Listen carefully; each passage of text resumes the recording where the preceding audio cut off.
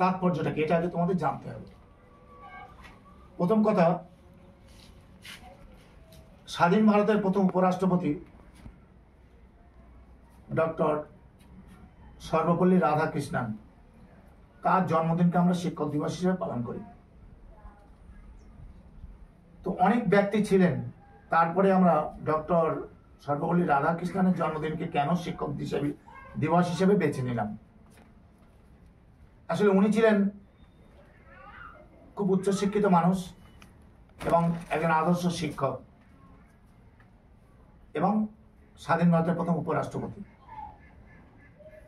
তাই ওনার জন্মদিনটিকে এই 5ই সেপ্টেম্বর শিক্ষক দিবস হিসেবে পালন করা হয়।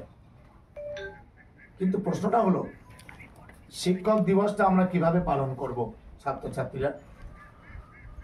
এখন যে তোমাদের মধ্যে যে শিক্ষক দিবসের পালনের যে হিড়িকটা পড়েছে, আসলে ঠিক এইটার মধ্যে শিক্ষক দিবসের যথার্থতা খুঁজে পাওয়া যায় না।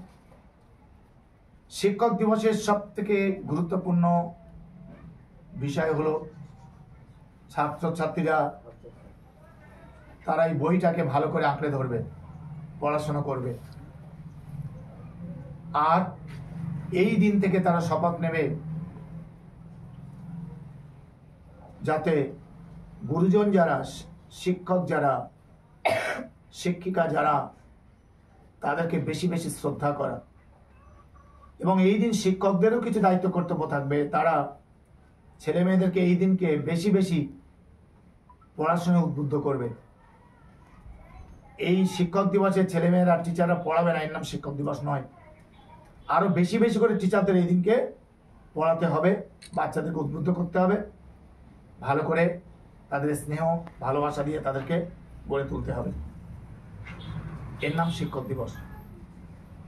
একটা কথা আমার মনে পড়লো, ডক্টর এপিজে আব্দুল কালাম, যিনি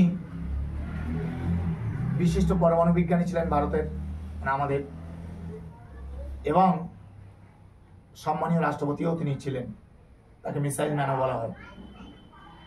তো তিনি মৃত্যুর আগে একটা কথা বলে গিয়েছিলেন যে আমার মৃত্যু দিবসে যেন কোনো ছুটি ঘোষণা করা না হয়, আর আমার মৃত্যুর দিনে যেন আমাদের দেশের মানুষ বেশি বেশি করে কাজ করে। তো এর নাম শিক্ষা। তো শিক্ষক দিবসের তাৎপর্য তখনই আমরা উপলব্ধি করব যখন ছেলেমেয়েরা এই দিন থেকে বা বেশি বেশি করে পড়াশোনা করবে, শিক্ষকরা তাদের সাহায্যের হাত বেশি বেশি করে বাড়িয়ে দেবে এবং এই দিন থেকে বেশি বেশি করে পড়ার মানে বেশি বেশি করে পড়াবে। তো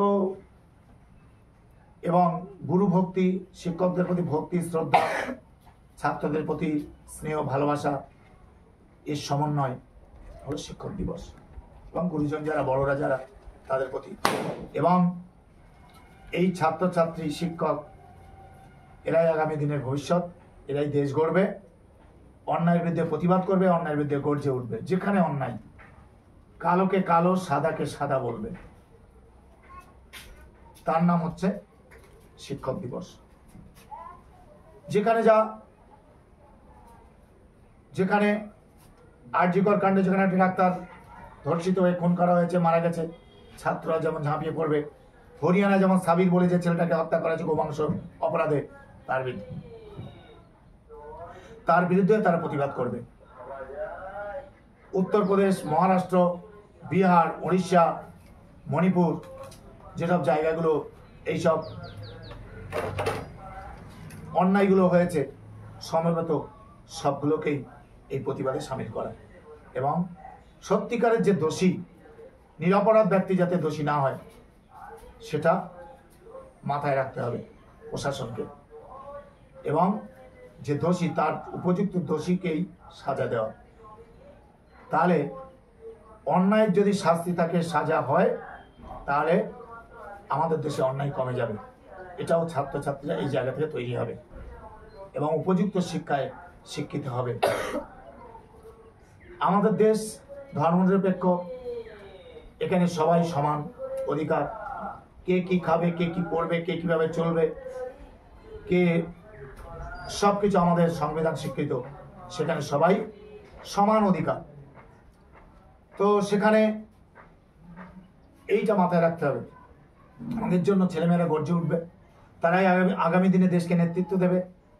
তাই সঠিক যোগ্য ব্যক্তির হাতে যাতে দেশের নেতৃত্ব যায় সেটা নিশ্চিত করতে হবে, তবে দেশের উন্নতি হবে। বলো বলো বলো সবে, শত বিনা বেনি রবে, ভারত আমার জগৎ সবাই শ্রেষ্ঠ আসন যাবে। ধর্মে মহান হবে, কর্মে মহান হবে, শত বিনা বেনু উদিবে আবার, পুরাতন এ পুরাবে। তো এইটাই হচ্ছে আমাদের দেশ পৃথিবীর সর্বশ্রেষ্ঠ আসন অর্জন করুক, এবং তার জন্য আমাদেরকে সমবেতভাবে সবাইকে প্রচেষ্টা চালাতে হবে। যেখানে অন্যায়, সে অন্যায়টাকে ঘুষ সুদ হেন তেন সব কিছুকে রুখে দিতে হবে, তবে একটা দেশ এগোবে। প্রকৃত যে আর সাহায্যের প্রয়োজন তার সাহায্য করতে হবে, জাতি ধর্ম বর্ণ নির্বিশেষে। হিন্দু না ওরা মুসলিম, ওই জিজ্ঞাসা কোনজন কান্ডারি, বলো ডুবিছে মানুষ সন্তান মোর মা। ধর্মের মোহে মোহজারে এসে ধরে, অন্ধ সেজন মরে আর শুধু মারে।